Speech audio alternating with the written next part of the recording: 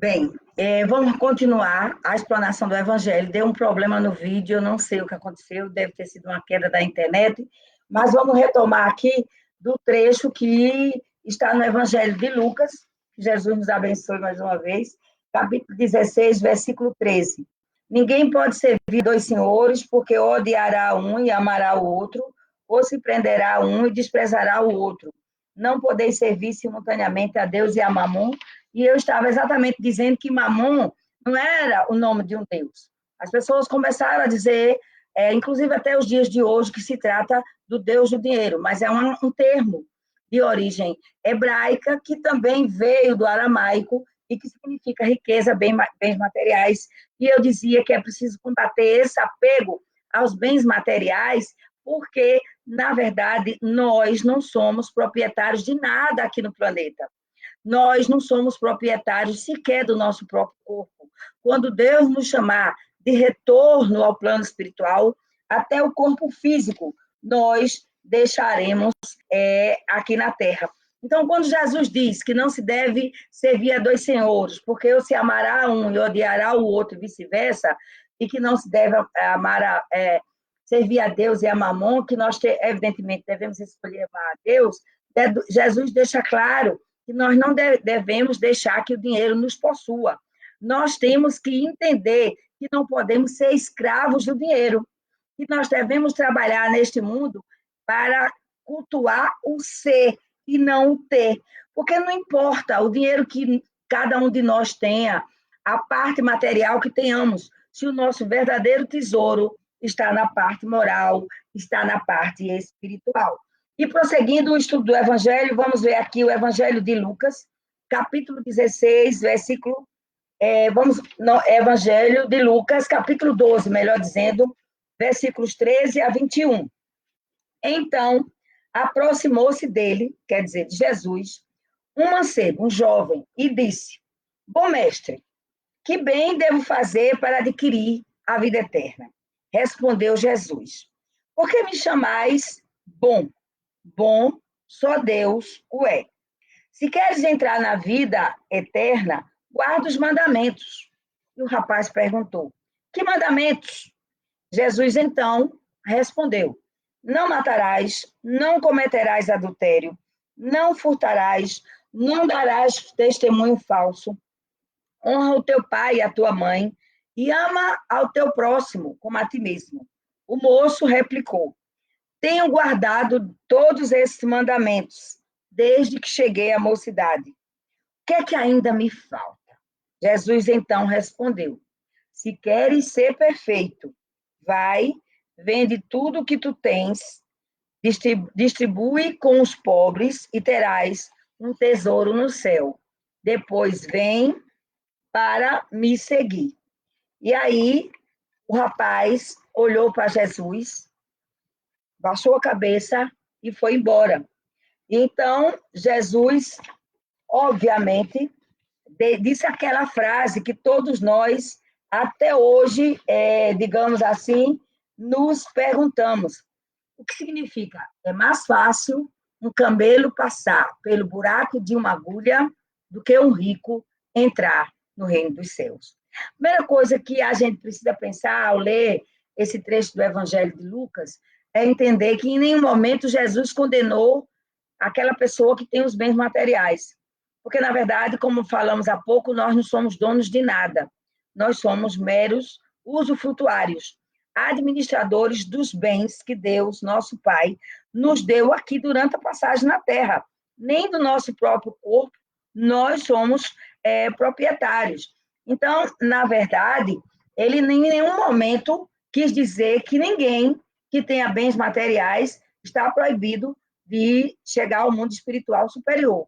A palavra camelo, naquela época, significava um cabo, uma corda grossa, um pedaço qualquer de material que pudesse atracar os barcos. Então, isso significava camelo, não é o camelo material. E o que Jesus quis dizer ao jovem que perguntou a ele o que tinha que fazer para ter a vida eterna, o que Jesus quis dizer é que para ele conseguir ser um discípulo de Jesus, deveria abandonar tudo que ele tinha para seguir a lei divina. Só que aquele rapaz era muito rico. Ele era um príncipe nos moldes que nós entendemos da palavra há mais de 2.000 anos atrás. E aí vem Amélia Rodrigues, que no livro Primícias do Reino, psicografado por Divaldo Pereira Franco, esclarece essa história do mancebo rico. E Amélia Rodrigues, como eu já disse antes, ela fala com muita poesia. Ela foi uma grande poetisa na vida anterior, e ela conta que esse jovem, na verdade, era um grande admirador da Boa Nova, dos ensinamentos de Jesus. Ele gostaria, sim, de se tornar um apóstolo de Jesus, mas ele não estava preparado naquele momento. Inclusive, ele era um grande esportista. Ele criava cavalos de raça e estava se preparando para, na semana seguinte, ele disputar os Jogos por Israel na cidade de Cesareia. Naquele momento em que Jesus disse: vai, vende tudo que tu tens, distribui com os pobres e depois volta para me seguir, ele pensou: eu não posso deixar tudo agora, eu tenho compromissos agendados, eu tenho que me preparar para poder seguir Jesus. E o que aconteceu? Aconteceu que uma semana depois, ele foi embora triste. Jesus aproveitou para dizer aos apóstolos essa frase que eu acabei de pronunciar, que está no Evangelho de Lucas: é mais fácil um camelo passar pelo buraco de uma agulha do que um rico entrar no reino dos céus, mas aí a gente vai contextualizar. E conta Amélia Rodrigues que uma semana depois, esse jovem, lá em Cesareia, na disputa de bigas com os cavalos de raça que ele tinha trazido de fora, enfim, tinha tratado, adestrado para ganhar aquele campeonato, aquele rapaz sofre um acidente. Ele é pisoteado pelos outros cavalos da mesma competição e ele fica gravemente ferido. É retirado da arena, colocado às margens, mas aí não tinha mais o que se fazer. A medicina, naquela época, pouco poderia fazer por ele. E conta Amélia Rodrigues que ele está se esvaindo em sangue naquele local e ele, em certo momento, antes de dar o último suspiro e voltar para o mundo espiritual, ele observa que o Mestre Jesus se aproximava dele. Jesus foi receber aquele rapaz no plano espiritual. E Jesus não estava decepcionado, não estava com nenhuma expressão de tristeza. Jesus o recebeu com amor, com carinho, em seus braços, para que ele se sentisse acolhido com muita fraternidade. Então, esse exemplo do mancebo rico nos leva a uma grande, digamos assim, reflexão, porque muitas vezes nós deixamos de seguir as leis divinas, nós deixamos de seguir o caminho do bem, nós deixamos de fazer o correto na nossa vida, porque nós damos mais valor às coisas da terra, aos bens materiais. E os bens materiais são passageiros. Tanto é verdade que eu trabalho na justiça, como vocês sabem, tenho visto na minha vida profissional verdadeiras guerras travadas após a morte de alguém que deixou bens pelos herdeiros. É preciso pensar que nós precisamos não nos deixar escravizar pelo dinheiro. O dinheiro tem valor a partir do momento em que usamos esse dinheiro para dar à nossa família uma sobrevivência digna, para sobrevivermos dignamente e também para ajudarmos o próximo, darmos oportunidades de emprego às pessoas, porque o dinheiro por si só, ele é neutro. O uso que o ser humano faz do dinheiro é que vai torná-lo bom ou ruim. E isso deve servir de alerta, porque, na verdade, tudo que nós temos aqui na Terra é emprestado por Deus. Então, vamos lá. E continuando essa passagem do Evangelho, tem uma outra passagem que fala exatamente dessa questão de nós não nos deixarmos levar pelo apego às coisas materiais e pela avareza. Então, é um trecho que está no Evangelho de Lucas, capítulo 12, versículos 13 a 12. Então, no meio da turba, quer dizer, no meio da população, um homem lhe perguntou: Mestre, dize ao meu irmão que divida comigo a herança que nos tocou? Jesus lhe disse: Ó homem, quem me designou para vos julgar ou para fazer as vossas partilhas? E acrescentou: tende o cuidado de preservar-vos de toda a avareza, porquanto, seja qual for a abundância em que o homem se encontre, sua vida não depende dos bens que ele possua. Disse-lhes a multidão, em seguida Jesus contou esta parábola, porque Jesus falava por parábolas, contava histórias. Havia um rico homem cujas terras tinham produzido extraordinariamente e que se entretinha em pensar consigo mesmo assim: que hei de fazer? Pois já não tenho um lugar onde possa encerrar, ou seja, guardar tudo que eu colhi. E ele pensou e disse: aqui está o que farei. Demolirei os meus celeiros, construirei outros maiores, onde porei toda a minha colheita e todos os meus bens. E direi à minha alma, tem de reserva muitos bens para longos anos. Repousa, come, bebe, seja feliz. Mas Deus, ao mesmo tempo, disse a esse homem: que insensato és, esta noite mesmo tomar-te-ão a alma, para que servirá o que acumulaste. E é o que acontece com aquele que acumula tesouros para si próprio e que não é rico diante de Deus. Esta passagem do Evangelho é muito importante, porque é preciso que se diga que em nenhum momento se deve condenar os bens materiais. É preciso ter responsabilidade. Nós temos que estudar, nós temos que trabalhar honestamente, nós temos que lutar para ter uma vida melhor, para ajudar a nossa família, para ajudar as pessoas, isso é fato. O que se está aqui observando é que não se pode colocar os bens materiais acima da lei de Deus, acima de Deus. Infelizmente, muitas pessoas fazem isso. Então, é preciso que nós nos guardemos dessa avareza, desse apego às coisas materiais, porque nós não vamos deixar, melhor dizendo, nós não vamos levar para o mundo espiritual nada que seja de material. Eu, particularmente, tenho visto muita gente apegada a coisas pequenas, a roupa, a sapato, a pequenos objetos materiais, pessoas que desenvolvem até uma doença psicológica quando chegam em casa, que vê alguma coisa quebrada, enfim, que perdem a paciência, brigam com as pessoas. É preciso cultivar o desapego. Nós não vamos levar nada para o mundo espiritual. Então, isso vale para o momento atual. Quantas coisas nós temos guardadas que podemos dividir com aqueles que precisam mais? Podemos dividir, sim, podemos dividir roupa, sapato, tudo aquilo que nós usamos. Claro que nós não vamos distribuir aquilo que não nos serve mais. Nós trabalhamos no Deus Amor e Caridade com a ajuda das pessoas carentes, recebemos doações de alimentos, inclusive estamos trabalhando nesse processo da pandemia para atender as pessoas que já estão conosco há muitos anos, cadastradas, uma média de 100 pessoas toda semana. Então, estamos trabalhando para doar cestas básicas, enfim. Tudo que nós conseguimos, nós doamos para essas pessoas carentes.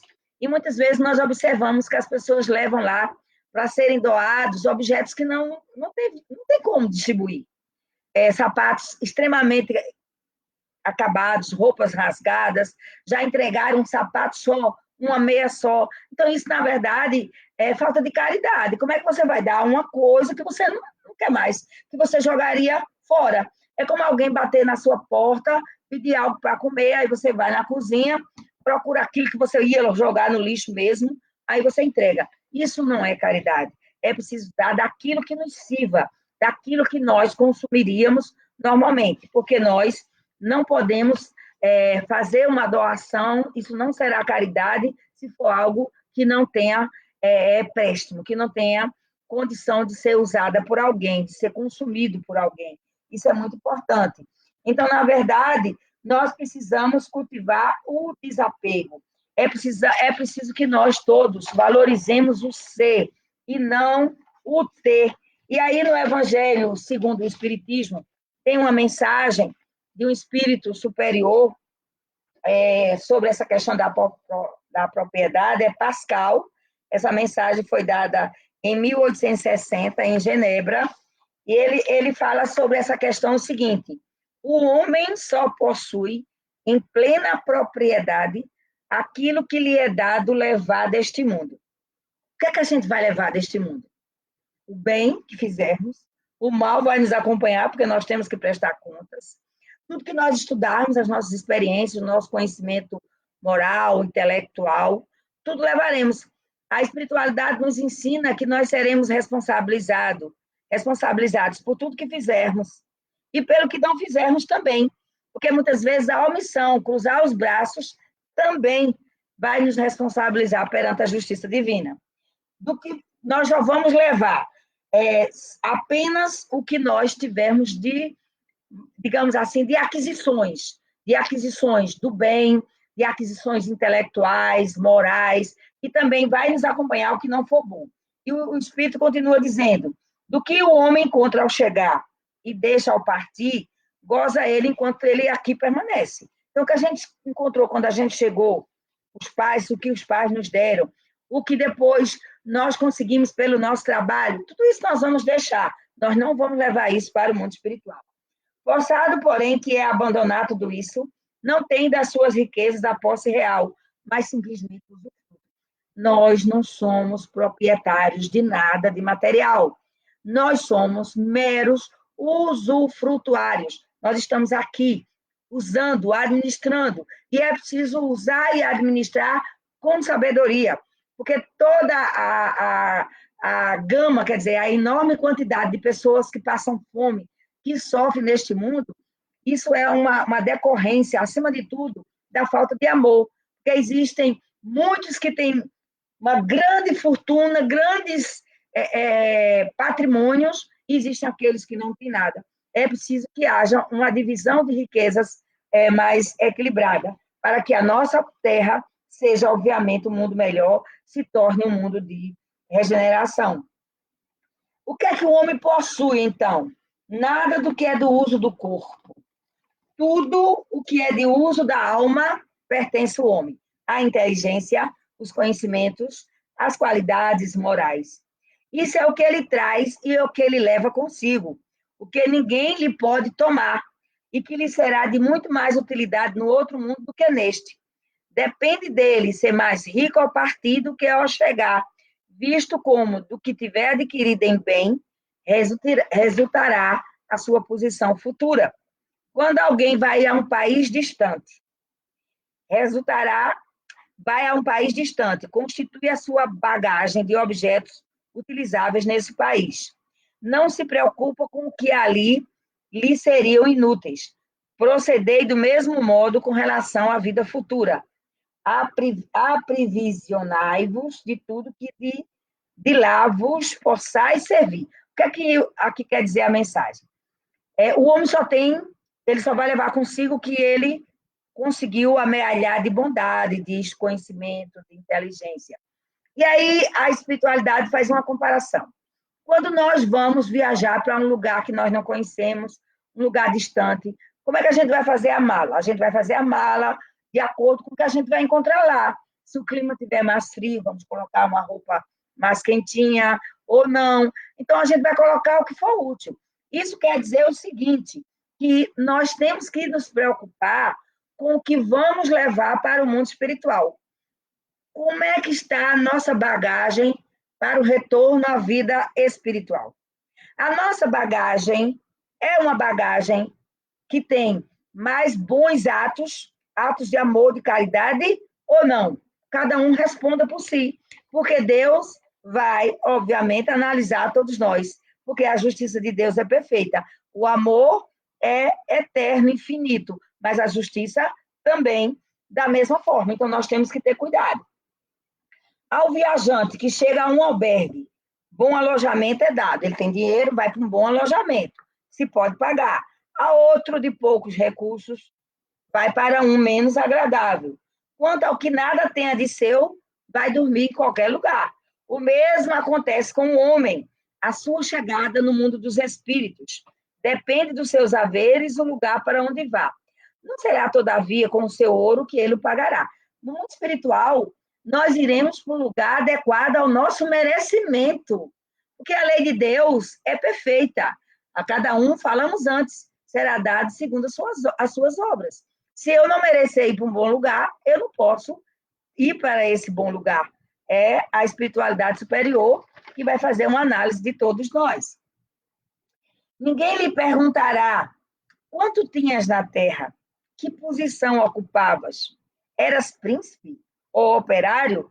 Perguntar-lhe-ão, que trazes contigo? Não se lhe avaliarão os bens nem os títulos, mas a soma das virtudes que possua. Ora, sob esse aspecto, pode o operário ser mais rico do que o príncipe. Em vão alegará que antes de partir da terra, pagou a peso de ouro a sua entrada no outro mundo. Responder-lhe-ão, os lugares aqui não se compram, conquistam-se por meio da prática do bem. Com a nossa moeda terrestre, com a moeda terrestre, has podido comprar campos, casas, palácios. Aqui, tudo se paga com as qualidades da alma. És rico dessas qualidades? Seja bem-vindo e vai para um dos lugares da primeira categoria, onde te esperam todas as venturas. És pobre delas? Vai para um dos lugares da última categoria, onde serás tratado de acordo com os teus haveres. Ou seja, vamos ter no mundo espiritual uma recepção de acordo com a nossa conduta aqui na Terra. Isso nos leva a lembrar de André Luiz, o próprio André Luiz, que através da psicografia de André Luiz, melhor dizendo, de Chico Xavier, no livro Nosso Lar, André Luiz conta a sua chegada no mundo espiritual e como foi que ele passou a vida aqui na Terra. Para quem não viu o filme ou não leu o livro, eu recomendo as duas coisas. O filme é maravilhoso, o livro nem se fala, porque tem muito mais detalhes, tem muito mais. A história é bem, digamos assim, fidedigna à vida de André Luiz. Então, André Luiz, ele, na vida passada, viveu aqui no Brasil, no Rio de Janeiro, era um médico, passou a vida como uma pessoa, digamos assim, sem grandes compromissos com qualquer religião, ia para a igreja, mas ia para a convenção social. Ele desencarnou durante uma cirurgia por um problema de saúde, não estava preparado para partir para o mundo espiritual. Ele nunca tinha parado para analisar isso. Para ele só existia a ciência da Terra. E qual não foi a sua surpresa ao acordar no plano espiritual e se defrontar com um lugar muito triste, chamado umbral, que é um local destinado aos espíritos que não tiveram merecimento para passar direto para uma colônia espiritual. Então, André Luiz estava num lugar cinzento, um lugar onde havia outros espíritos numa condição de muita, na ótica dele, muita pobreza, maltrapilhos, com a expressão um pouco agressiva. E na cabeça dele, ele não entendeu que tinha desencarnado, que tinha morrido. Na cabeça dele, ele tinha que voltar para casa, que alguém o teria sequestrado do hospital e jogado ali. Então, ele se levantou, vou voltar para casa, eu quero voltar para minha casa, eu quero ver minha mulher, meus filhos, e ele começa a andar. Ele só pensava nisso. E quanto mais ele não parou para orar. E quanto mais ele andava, mais cansado ele ficava. Até que, depois de mais de 8 anos, nessa peregrinação por vários lugares de dor, inclusive chamado de suicida durante essa caminhada, alguns espíritos que lá estavam começaram a chamar André Luiz de suicida. E ele disse, não, eu não sou suicida.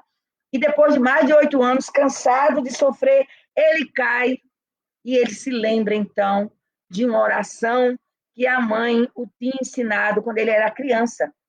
E ele repete a oração, pedindo à mãe que o ajudasse. A mãe já tinha partido há muito tempo, já estava numa condição espiritual elevada. Estava junto dele, mas ela não conseguia vê-la.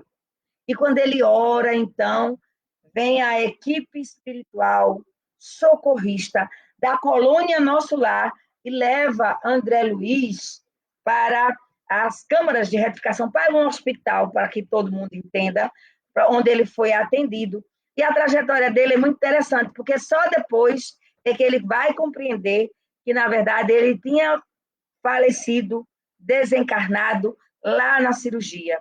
E que todo esse tempo que ele passou sofrendo no umbral, porque ele ainda não estava preparado para ser socorrido. porque durante a sua passagem na Terra, ele não tinha se preocupado com essa viagem que todos teremos que fazer. Aliás, é a única certeza que temos aqui na Terra, a certeza de que um dia retornaremos para o mundo espiritual. Quem é que vai ficar aqui para si mesmo? Todo mundo sabe que não. Por mais rica, por mais bela, por mais poderosa que seja a pessoa, um dia ela vai ter que voltar para o mundo espiritual. Isso nós sabemos.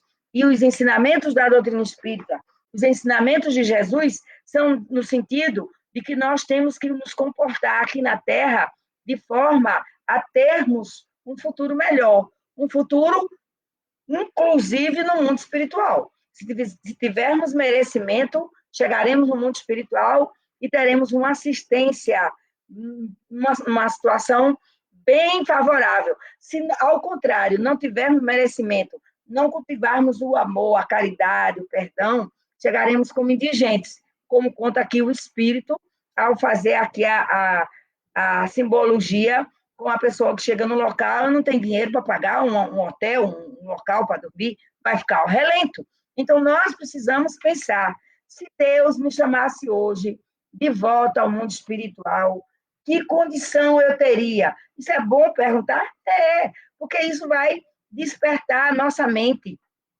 para a necessidade de uma mudança comportamental, para a necessidade de mais oração, de mais caridade, de maior luta contra o orgulho, contra o egoísmo, que são os nossos maiores inimigos, para uma vida de maior equilíbrio espiritual.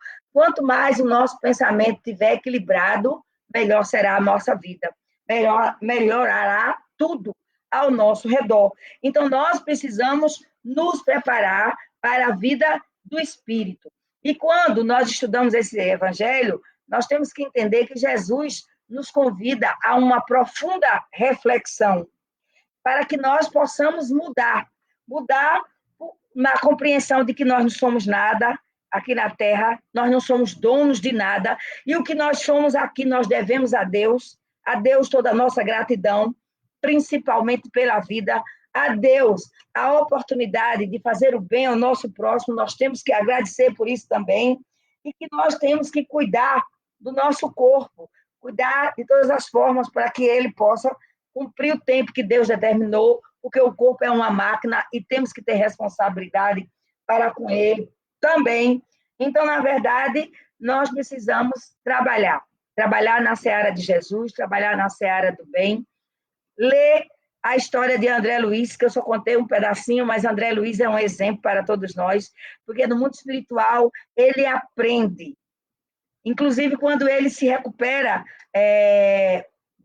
de todo o sofrimento nas regiões umbralinas, ele pede para trabalhar. E ele vai falar com o diretor do local onde ele estava, e ele diz, eu quero trabalhar. E ele pergunta, você quer trabalhar em quê? Ele diz, eu quero trabalhar como médico. Eu era médico na Terra. E ele tem a resposta, mas o seu conhecimento de medicina não lhe dá a condição para ser médico aqui. E foi a primeira decepção dele.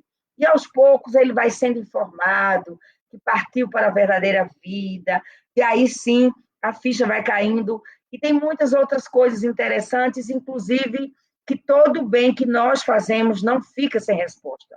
Inclusive, André Luiz, ele tem a confirmação no plano espiritual de que um paciente que ele atendia de graça já tinha voltado para o mundo espiritual, a esposa continuava aqui e essa mulher orava por ele todo dia.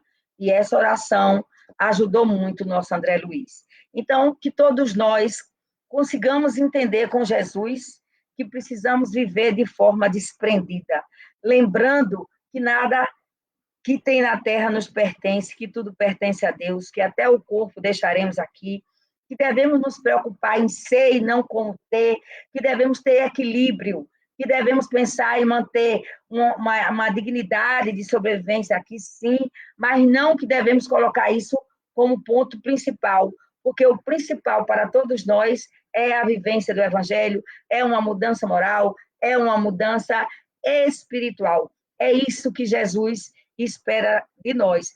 Devemos cultivar o desapego, porque nós não somos donos de nada. Quanto mais nos desapegarmos, será melhor para nós, sofreremos menos.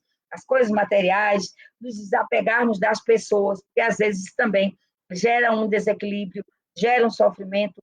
Quanto mais orarmos e nos desapegarmos, mais equilíbrio nós traremos para a nossa vida, estaremos tendo uma conduta mais em harmonia com os ensinamentos do nosso amado Mestre Jesus. Lamento a falha da internet, espero que todos tenham entendido a mensagem de Jesus, porque o objetivo aqui é o estudo do Evangelho.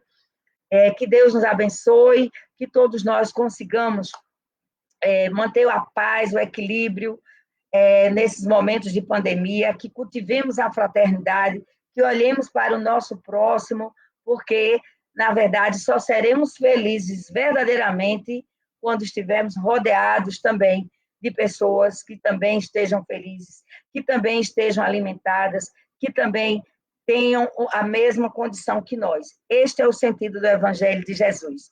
Nós temos que amar a Deus sobre todas as coisas e amar ao próximo como nós amamos a nós mesmos, e até lá nós precisamos caminhar, e caminhando sempre para frente, para o alto, com a certeza de que a vida é eterna e que Deus não nos desampara, e que Jesus está sempre ao nosso lado, lembrando da sua promessa, onde 2 ou mais pessoas estiverem reunidas em meu nome, aí eu estarei presente. Então, vamos, neste momento, fazer a prece que Jesus nos ensinou, o Pai Nosso, e muito obrigada pela atenção. Pai nosso que estás no céu, santificado seja o vosso nome, venha a nós o vosso reino, seja feita a vossa vontade, assim na terra como no céu. O pão nosso de cada dia nos dai hoje, perdoai as nossas ofensas, assim como nós perdoamos a quem nos tem ofendido. Não nos deixeis cair em tentação, mas livrai-nos do mal, hoje, agora e sempre. Obrigada, Senhor Jesus, por tudo que temos recebido nesta vida, pela luz do teu evangelho de vida eterna. Rogamos que a tua misericórdia recaia sobre todos os nossos irmãos sofredores, neste momento em especial, por todos aqueles acometidos pelo vírus, para que todos possam sobreviver, Senhor. Que a humanidade desperte para a necessidade de amar a Deus e amar ao próximo. E é em teu nome, em nome dos espíritos que nos amam, que nos protegem, que estão sempre ao nosso lado, nós damos por encerrado o estudo do Evangelho desta noite. Que Deus nos abençoe a todos e até a próxima oportunidade.